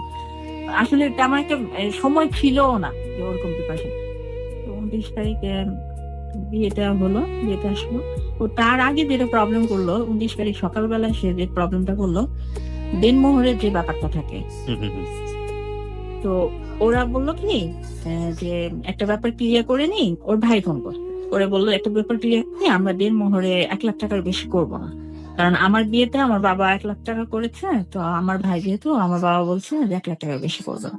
তো তখন কিন্তু 1 লাখ টাকা হতো না, আসলে 1 লাখ টাকা অনেক আগেই হতো। তা আমার বোনেরই 5 লাখ টাকাই হয়েছিল, তার 2 বছর আগে দিয়ে বিয়ে হয়েছে। তা আমার মাকে আমি বললাম এটা এসে আমার বাবাকে, বাবা বললো যে ওরা দেখুন বলছে যে ওর বড় ছেলের 1 লাখ হয়েছে দেখে ছোট ছেলে, তা আমিও তো সেটা বলতে পারি, আমার বড় মেয়ের এত টাকাই হয়েছে, আমার ছোট মেয়েটাকে আমি এভাবে দিব। আর ওর সমস্যাটা কি? ওর তো সমস্যা নাই এটা নিয়ে, ও আমেরিকায় থাকে, ও তো সামর্থ্য আছেই। আর এই দেখুন আমি ভাববো কেন যেটা হবে না বা ব্রেকআপ হয়ে যেতে পারে। তো ও করলো কি এই ব্যাপারটারে একটা মেজর ইস্যু করে বিয়ের দিন সকালবেলা, বিয়ে রাত্রে হবে, সে সকালবেলা একটা বিরাট একটা ইয়ে করে ফেললো, গন্ডগোল করে ফেললো। ওর ভাবিরে দিয়ে ফোন করায় আমাকে বললো কি যে তোমরা যদি 1 লাখ টাকায় রাজি না হও তাহলে ও বলছে বিয়েটা ক্যান্সেল করে দিতে। তখন কিন্তু অলরেডি আমার আত্মীয় স্বজন দাওয়াত দেওয়া হয়ে গেছে, রেস্টুরেন্ট বুকিং দেওয়া হয়ে গেছে, শপিং করা শেষ, সব শেষ। আমি বললাম কি ভাবি আপনি এটা কি কথা বললেন? শুধু টাকার জন্য, মানে দেনমোহরের টাকার জন্য বিয়েটা ক্যান্সেল, এটা ও বলেছে? তখন বলে কি হ্যাঁ ও বলছে। তার বললাম ওকে ফোনটা একটু দেন তো, ফোনে আসতে যাচ্ছে না আমার সাথে কথা বলতে। আমি তো ওকে একটু ফোনটা দেন তো। তো দেখা গেল 5 মিনিট পরে ও ফোনটা ধরে বলতেছে আমি কি বললা তুমি এটা? বলে কি না না আমার বাবা হাজিবানা শর্ট করে আসছে, সে বলে যে দেনমোহরের টাকা শোধ করে দিতে হয় বিয়ের দিন রাত্রে, তা আমি এখন এত টাকা পাবো কোথায়? কি জানো তুমি 1 লাখ টাকা যদি রাজি না হও তাহলে কিন্তু, মানে দেখলাম খুব একটু রাগ কথা বলছে, মানে একটু মন মেজাজটা খারাপ যে ইয়ে হবে না বিয়েটা, যাক গন্ডগোল যখন লাগুক তখন। তখন তো আমি আসলে ইয়ে হয়ে গেছি, এসে গেছি না, আমার বাবা মা সব দেখে। তা আমি তখন বললাম কি আচ্ছা ঠিক আছে, তোমার কথা বাদবো, আমার বাবা মার কথা বাদবো, ঠিক আছে 2 লাখ টাকা তুমি ইয়ে করো, কাবিন করো, রাজি আছো? বল কি হ্যাঁ রাজি আছি, বাট 1 লাখ টাকা কিন্তু আমি ইয়ে দেখাবো, মানে পরিশোধ হয়ে গেছে, এটা কিন্তু আমি ইয়েতে দেখাবো কাবিন নামে। আমি তো তোমার যা ইচ্ছা করো তুমি আসো, এসে ইয়ে করো। আচ্ছা তারপরে বিয়ের অনুষ্ঠানে গেলাম, খুব ওদের মানে ক্লোজ আত্মীয় স্বজন কিছু আসলো, আমারও কিছু ক্লোজ আত্মীয় স্বজন, বিয়েটা হলো। হওয়ার পরে যার যার বাসায় চলে গেলাম আমরা। This track was downloaded from FusionBD.com. ওর বাসায় চলে গেল, আমি আমার বাসায় চলে আসলাম। কোনো বাসর না কিছুই না, ও চলে গেল ওর বাসায়, আমার বাসায় আমি চলে আসলাম। তো পরে শুনতে ফোন করে পেয়েছিলাম আপনি যে বিয়ের গল্প বললেন, আর আমরা তো একটা বাসর সুন্দর একটা বাসর রাতের জন্য অপেক্ষা করছিলাম, কিন্তু আপনি তো সবাইকে হতাশ করে দিলেন।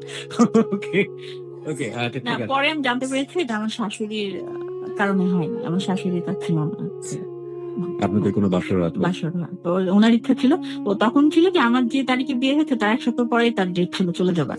তো আমার শাশুড়ির ইচ্ছা ছিল নেক্সট টাইম এসে প্রোগ্রাম করে তারপরে? হ্যাঁ প্রোগ্রাম করে তারপর বিয়েটা হবে। সেই দিন রাত্রে যাওয়ার পরে আমি চেঞ্জও করতে পারিনি, আমার বিয়ের সাজটা তখনও আছে। সে আমাকে ফোন করলো, ফোন করে বললো তোমরা এটা একটা কাজ করলা। আমি বললাম কি কাজ করেছি? বলে কি তোমরা এত ফকিরের মতো একটা বিয়ের অনুষ্ঠান অ্যারেঞ্জ করলা। ফকিরের মতো কি, চাইনিজ রেস্টুরেন্টে যেভাবে একটা বিয়ে হয় মেনু যা থাকে সেগুলোই হয়েছে। বলে কি যে না আমরা এগুলো এক্সপেক্ট করিনি, আমরা করেছিলাম অনেক গান জমক। আমি বললাম কি তুমি তো আমাকে বলেছো যে খুব ছোটখাটো একটা ঘরোয়া প্রোগ্রাম করে জাস্ট ইয়েটা হবে, বিয়েটা পরে পরবর্তীতে অনুষ্ঠানটা হবে।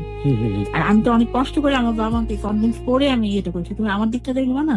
আর এগুলো তো কোনো ফ্যাক্টর না। এখন বলতেছে না আমি আমার ফ্যামিলি আমাকে অনেক কথা শোনাইছে, আমার মা ওর মন অনেক খারাপ হয়েছে। তো এটা নিয়ে আমাকে খুব ঝাড়াঝাড়ি করলো বিয়ের রাত্রে খুব। কোথায় বাসর তার আগে কোন হ্যাঁ শুরু হয়ে গেল, ও এটা দাও না তুমি যে মানে আমাকে ইয়েটা দিয়েছো, মানে বিয়ের কাপড়টা দিয়েছো শেরওয়ানিটা, আবার এটা কি আমার মতো আমেরিকায় থাকা ছেলের জন্য এটা কি যথাযোগ্য হয়েছে? তুমি যে আমাকে একটা ইয়ে দিয়েছো, ঘড়ি দিয়েছো, এই ঘড়িটা কি আমার পরার মতো, আমার মতো ছেলের জন্য ফিট হচ্ছে? তো তোমার বাবা যে আমাকে একটা ঘড়ি পরাই দিল, তোমার বাবা যে আমাকে আংটিটা দিল, সেটা কি আমার যোগ্যতা সম্পন্ন হয়েছে, আমার মতো হয়েছে, আমার স্ট্যাটাসের সাথে মানায় জিনিসটা? এগুলা নিয়ে তো আমি অনেক কাঁদলাম। আমার বাসর রাতটা গিয়েছে কেঁদে, সারাটা রাত আমি কাঁদলাম। তো সেদিন রাতে আমাকে বললো তোমার ভাইকে পাঠিয়ে দিও আগামীকাল, আম্মা বলছে তোমার ভাইয়ের সাথে আমি যাবো তোমাদের বাসায়, কালকে কালকে থাকবো তোমাদের বাসায়। তার বললো ঠিক আছে ওকে। তো পরদিন মানে সকালবেলা উঠলাম একদম ফ্রেশ মাইন্ডে, মনে হলো যে আজকে আমার বাসর হবে, আমি ঘর গুছাতে শুরু করলাম। মানে ও আবার খুব মানে দেখা যায় খুঁতখুঁতে টাইপের, তো আমি ঘর গোছাতে, আমার বেডরুমটাকে গোছাতে লাগলাম, কি করে তাকে ইমপ্রেস করা যায়, মানে কোন জিনিসটা তার ভালো। আমেরিকায় থাকে, ওর তো আমাদের এই এনভায়রনমেন্টটা পছন্দ না হতে পারে। পুরো ঘর আমি চেঞ্জ করলাম। আমার যে বেডটা থেকে শুরু করে আমার ড্রেসিং টেবিল, আমার পড়ার বইয়ের যে ইয়েটা ছিল, র্যাকটা ছিল, সেটা পর্যন্ত আমি চেঞ্জ করেছি। কার্পেট আনিয়েছি নতুন, কার্পেট আনিয়ে, কারণ ওটা আমাকে আগে বলে নাই, প্রিপারেশন নেয়, আগের দিন রাত্রে বিয়ে রাত্রে বলেছি। সব আমি গোছালাম, ইয়ে করলাম। তারপর আমার ভাই বিকেল 4টার সময় গেল, গিয়ে ওকে আনতে গেল, মিষ্টি টিষ্টি নিয়ে গেল। তারপরে আসলো, আসার পরে নিচে সবাই মিলে ড্রয়িং রুমে বসে নাস্তা টাস্তা করলো, করে আমার বেডরুমে ওকে নিয়ে আসলাম। এসে আমাকে বললো কি, তোমার ভাই কয় কেজি মিষ্টি নিয়ে আমার বাসায় গেছে। প্রথম কথা ছিল প্রথম কথা ছিল। আমি বললাম যে কেন, কয় কেজি দেওয়ার কথা ছিল? বলতে মিনিমাম 1 মণ মিষ্টি দেওয়ার দরকার ছিল, তোমার রাখে পাঠানো দরকার ছিল। তো এটা বলার পরে তখনও মানে ডিনারটা হয়নি, নাস্তাকেই তো করে আসলো, ডিনারটা হয়নি। তারপরে ডিনার করলাম, করার পরে যাক বাসর হলো। মানে এই বিষয়গুলো কি বলা যায় একজন মানুষ আরেকজন মানুষ? সেটাই, লজ্জার বিষয় না? মানে সেটাই আমার কয় কেজি মিষ্টি নিয়ে গেছো, কিংবা কি অনুষ্ঠান করেছো, কি খাবার দিয়েছো, হাজবেন্ড তো ওয়াইফকে জিজ্ঞেস করছে, খুব লজ্জার না বিষয়? নববিবাহিত মানে ওয়াইফকে বিয়ের একদিনও হয়নি আসলে। আমাকে এটাও বলেছিল, এই তোমার বন্ধু বান্ধব কাউকে কিন্তু জানাই না বিয়ের খবর, যখন ঘটা করে অনুষ্ঠান করবো একদম, তখন সবাইকে দাওয়াত দিবা, ইনভাইট করবো, তখন আসবে, সবাই অবাক হয়ে যাবে, আল্লাহ ওর বিয়ে হয়ে গেছে, এত ভালো একটা ছেলে পেয়েছে, সবাই দেখো তোমার বান্ধবের টেল আছে। ও এট দ্যাট টাইম, ওই বিয়ের 1 সপ্তাহ আগে কিন্তু আমার যে বললাম না ফুল টাইম আমি একটা জব খুঁজছিলাম কোন ইউনিভার্সিটিতে, ইন্টারভিউ দিলাম, বললাম 8 জনের মধ্যে আমাকে সিলেক্ট করলো, এবং বিয়ের 1 সপ্তাহ আগে আমাকে ফোন করে জানানো হলো যে আপনার হয়ে গেছে, জব হয়েছে, আপনি হচ্ছে আপনার অ্যাপয়েন্টমেন্ট লেটারটা নিয়ে যাবেন। ইউনিভার্সিটির লেকচারার। হ্যাঁ, লেকচারার। তো ওকে আমি এই কথাটা বললাম, বলার পরে ও বললো কি, তোমার ইউনিভার্সিটিতে জয়েন করার দরকার নেই, তুমি যেখানে রিসার্চ করতেছো ওইখানেই থাকো। আমি বলছি না, আমি তো ফুল টাইম। বল কি কেন, তোমার কি দরকার? আমি বলছি না দরকার নেই, কিন্তু আমার ভালো লাগে টিচিং প্রফেশনটা, আমি পড়াবো, এটা আমার খুব ভালো লাগে। আর রিসার্চে তো ধর অনেক সময় দিতে হয়, রাত 8টা বেজে যায়, অনেক সময় বাসায় ফিরতে ফিরতে একটু টায়ার্ড লাগে আসলে। আর যদি পিএইচডি করতে চাই তুমি তো আসোই, আমি তোমার সাথে তো যে করতে পারবো ভবিষ্যতে, এটা তো প্রবলেম। তো ও তখন কিছু বলে না। তো বিয়ের রাতে সকালবেলা তো বন্ধু বান্ধবদের ফোন দিচ্ছি, আমি আমার বান্ধবীদের ফোন দিই, তো দেখলাম কি মানে আমার চেয়ে না, আমি নতুন আমার চেয়ে কথা বলতে দেখা যাচ্ছে আমার এক বান্ধবীর সাথে সে 1 ঘন্টা কথা বললো। 1 ঘন্টা আমি ওকে রেখে আমি উপরে গেলাম মানে খাবার দাবার রেডি করতে, ইয়ে করতে, দেখি এসে কথাই বলছে। আমি তুমি এখনো কথা বলতেছো? বলি না, বলি না, ভালোই লাগতেছে। 1 ঘন্টা কথা বলো। আপনার বান্ধবীও ভালো লাগছিল ওদের সাথে 1 ঘন্টা? না, আমার বান্ধবী তো জাস্ট একটা মানে কিউরিসিটি থাকে কিন্তু মেয়েদের। মাশাআল্লাহ, সেই কিউরিসিটি 1 ঘন্টা পর্যন্ত। 1 ঘন্টা কথা ইনফ্যাক্ট জামাইয়ের আগ্রহ প্রথম থেকেই ছিল, একটু হলে বোঝা যায়, এই সুযোগ যেহেতু সে পেয়েছে। হ্যাঁ। কিন্তু আপনার বান্ধবীও তো কম যায় না, মোটামুটি 1 ঘন্টা। না, 1 ঘন্টা কি আমার কথা হয়েছে কিন্তু ওই রিলেটেড, এই যে পড়াশোনা, হায়ার এডুকেশন, জব, আপনি কি করেছেন ভাইয়া আমেরিকায়, কি পড়াশোনা করেছেন, আমাদের কোনো অপরচুনিটি আছে কিনা, আমাদের সাবজেক্টে গেলে আমি পিএইচডি কোথায় করতে পারবো, এই টাইপের কথাবার্তা হয়েছে এইসব। তো তারপরে ওই দিন রাত্রের বেলা আমাদের বাসা থেকে সন্ধ্যাবেলা আমার মাকে বললো কি, আমি ওকে আমাদের বাসায় নিয়ে যাই, আপনার বাসাতে থাকলাম। তো আমার মা বললো কি যে আসলে তো মেয়েদের ওই যে একটা উঠিয়ে নেওয়ার যে একটা ব্যাপার থাকে বিয়ের পরে, তো অনুষ্ঠান তো হলো না তো বাবা, তা আমার তো আত্মীয় স্বজন কেউ জানে না, ওরা জানে সবাই যে বিয়েটা হয়েছে, তুমি পরে এসে অনুষ্ঠান করে, আর অনুষ্ঠান না করে মেয়েকে দিব, এটা কেমন দেখা যায় না? বলে কি না, ও তো আমার ঘরের বউ, আমি আমার বউকে যখন ইচ্ছা তখন আমার বাসায় নিয়ে যেতে পারি, এটা তো কোনো প্রবলেম নেই। তো বললো কি আমার বাবা মার সাথে তোমার শ্বশুর শাশুড়ির সাথে দেখা করে তুমি আবার চলে এসে রাখতো। আমি যে শাড়িটা পরেছিলাম সেই শাড়িটা পরে আমি চলে গেছি। তো দেখা গেল কি পরে অনেক কাজ হয়ে গেছে, বললো কি না যাওয়ার দরকার নেই, কালকে যাবো। এরকম হওয়ার পরে থাকলাম ওই বাসায়। পরের দিন দেখা গেল কি আমি কি পরে গিয়েছি এগুলো খুব ডিস্টার্ব হচ্ছে, মানে আমার গায়ে গয়না কতখানি, হাতে দুটো শুধু চুড়ি ছিল গোল্ডের, আর গলায় একটা চেন ছিল, আর কানে ইমিটেশন পরে গিয়েছি। তো দেখলাম এগুলো নিয়ে ওরা খুব সমালোচনা করতো যে এই দিয়ে মেয়ে বিয়ে দিচ্ছে, এই করছে, সে করছে, আড়ালে আবদালে যে কথা হচ্ছে এগুলো আমি শুনতে পাচ্ছিলাম, কানে আসছিল। তো ওইখানে থাকলাম 2 দিন, আমাকে ফেরত দেওয়ার কথা ছিল বাসায়, দিল না, ওভাবে থাকো, এখানেই থাকো, আমি তো চলেই যাবো। আমি ইমোশনালি এটা বলতে কি যে আমি 1 সপ্তাহ পরে চলে যাচ্ছি। তো তখন কিন্তু আমার কষ্টবোধটা খুব বেশি হচ্ছিল যে ও চলে যাবে 1 সপ্তাহ পরে, বিয়ের মাত্র 1 সপ্তাহ পরে চলে যাচ্ছে, খুব কষ্ট পাচ্ছিল আমার তখন। তো দেখা যাচ্ছে কি বিয়ের পর পরে যে ওই যে বাসায় ছিলাম, তখনই দেখা যেত আমার শাশুড়ি চাইতো কি আমি রান্নাঘরে যাই। আমি এটা সত্যি কথাই বলবো যে আমি আসলে ঘরকন্যার কাজ আমি পারতাম না, জানতাম না ওভাবে কি করতে হয় না হয়। এই 1 সপ্তাহটা হয়ে গেল 1 মাস, পরে আমি জানতে পারলাম সেটা মিথ্যা কথা বলেছিল আমাকে। 1 সপ্তাহ 1 মাস মানে সে 1 সপ্তাহ যায়নি। সে তার টিকিটটা 3 বার চেঞ্জ করেছে। এয়ারলাইন্সে ফোন করে চেঞ্জ করেছে। অথচ আমাকে বলেছে আমি ওইখানে গেলে আমি যদি বেশি দিন এখানে থাকি আমার জব চলে যাবে, এই হবে সেই হবে। আমি তখন মানে যে তুমি যে 1 মাস স্টে করলা তোমার প্রবলেম হবে না বাড়ালাতে? বলি না সমস্যা নেই, ফোন করে দিয়েছি। আসলে কিন্তু ও জবলেস, তখন কিছুই করে না এখানে, টোটালি বেকার, ওখানে কিছুই করে না। তা আমি তো জানি না এটা। আর আমি জানি একটা ভালো একটা রেপুটেড একটা ফার্মাসিউটিক্যাল কোম্পানিতে জব করছে এখানে। আপনি বিয়ের পরে ডকুমেন্টস গুলো পাননি ওরা? না না, ও কখনোই। ও বলতো আমি তো এগুলো আমেরিকায় রাখছি, এখানে আনবো কোথেকে, তোমাকে দেখাবো কোথেকে। কি আমি আর মার বাসায় আসলাম না। আমাকে বলে কি যতদিন আছে আমার কাছে থাকো, বুঝছো, চলে গেলে কিন্তু কান্না করবা। তো বিয়ের 10 দিনের মাথায় আমরা দুজন শুয়ে আছি, টিভি দেখছি। তো হঠাৎ করে ওর মোবাইলে মেসেজ আসলো, ও করলো কি ড্রয়িং রুমে চলে গেল। তো আমি টায়ার্ড ছিলাম, এটা আমার ঘুম এসে গেছে, আমি ঘুমিয়ে পড়েছি টিভিতে দেখতে দেখতে। আমি ভাবছি কোনো বন্ধু বান্ধব ফোন করছে, কথা বলে আসবে। একটু হঠাৎ করে ঘুম ভাঙছে, দেখে আসে না অনেকক্ষণ। তো ঘুরে গেছিলাম, দেখে অনেক রাত হয়ে গেছে। তো ও আমি গেলাম ড্রয়িং রুমে, দেখি সবাই শুয়ে শুয়ে টেক্সট করছে, মেসেজ পাঠাচ্ছে কাউকে আর ইয়ে করছে। তার বলছি যে ঘুমাবো না? বলে কিনা আমি একটু সোফায় ঘুমাবো, বাট খেলা হচ্ছে তো তোমার তো ডিস্টার্ব হবে এখানে টিভি চাললে, আমি খেলা দেখবো। আমি তো ওকে ঠিক আছে। পরের দিন দেখলাম একই কাহিনী, রাতের বেলা উঠে চলে গেছে। আর কোনো ফোন আসে না, তো মেসেজ আসে এরকম। আমার মাথায় তখন একটা সন্দেহ হলো। আমার ভাবতাম কি যে আমেরিকায় তো এখন দিনের বেলা আমেরিকা থেকে কোনো ফোন আসতেই পারে, আমেরিকায় তো দিন, বাংলাদেশে তো রাত, ফোন আসতে পারে হয়তো কোনো কলিগ বা কোনো বন্ধু। আর দেখতাম কি ফোন আসে আড়ালে আবদালে কথা বলে, আমার সামনে না। একদিন হয়েছে কি যে আমি পাশাপাশি শুয়ে আছি, মনে করেছে আমি ঘুমিয়ে গেছি। হঠাৎ করে দেখলাম যে তার মোবাইলে একটা মেসেজ আসলো, টেক্সট আসলো। তো ও ভেবেছিলাম ঘুমিয়ে পড়েছি। তো আমি যে জেগেছিলাম সেটা বুঝতে পারিনি। তো আলো দেখে আমি একটু কাট করে দেখলাম একটা মেসেজ আসছে যে you have destroyed my life, এই কথাটা লেখা। ও পড়ছে message টা। যখন আপনি কিভাবে দেখলেন? কারণ ওরা তো সেলফোন। মানে পাশাপাশি শুয়েছিলাম তো, ও এরকম করে দেখছিল। তো আপনি আমি একটু তো হ্যাঁ ক্রস করে তাকিয়ে দেখলাম যে স্পেলিং ভুল ছিল, ডিস্ট্রয়েড স্পেলিং এটি। তো আমার সন্দেহ হচ্ছে যে এটা তো কোনো ছেলে লিখবে না, you have destroyed my life, এটা তো লিখতে পারে না। তো আমি উঠে বসলাম, কে মেসেজ পাঠিয়েছে তোমাকে, দেখি তো মোবাইলটা তো। তো আমাকে দিল, মানে ড্যামকে দিল। আমি বললাম, দেখলাম একটা মেয়ের নামটা এখন আমার কাছে মনে নাই স্পষ্ট।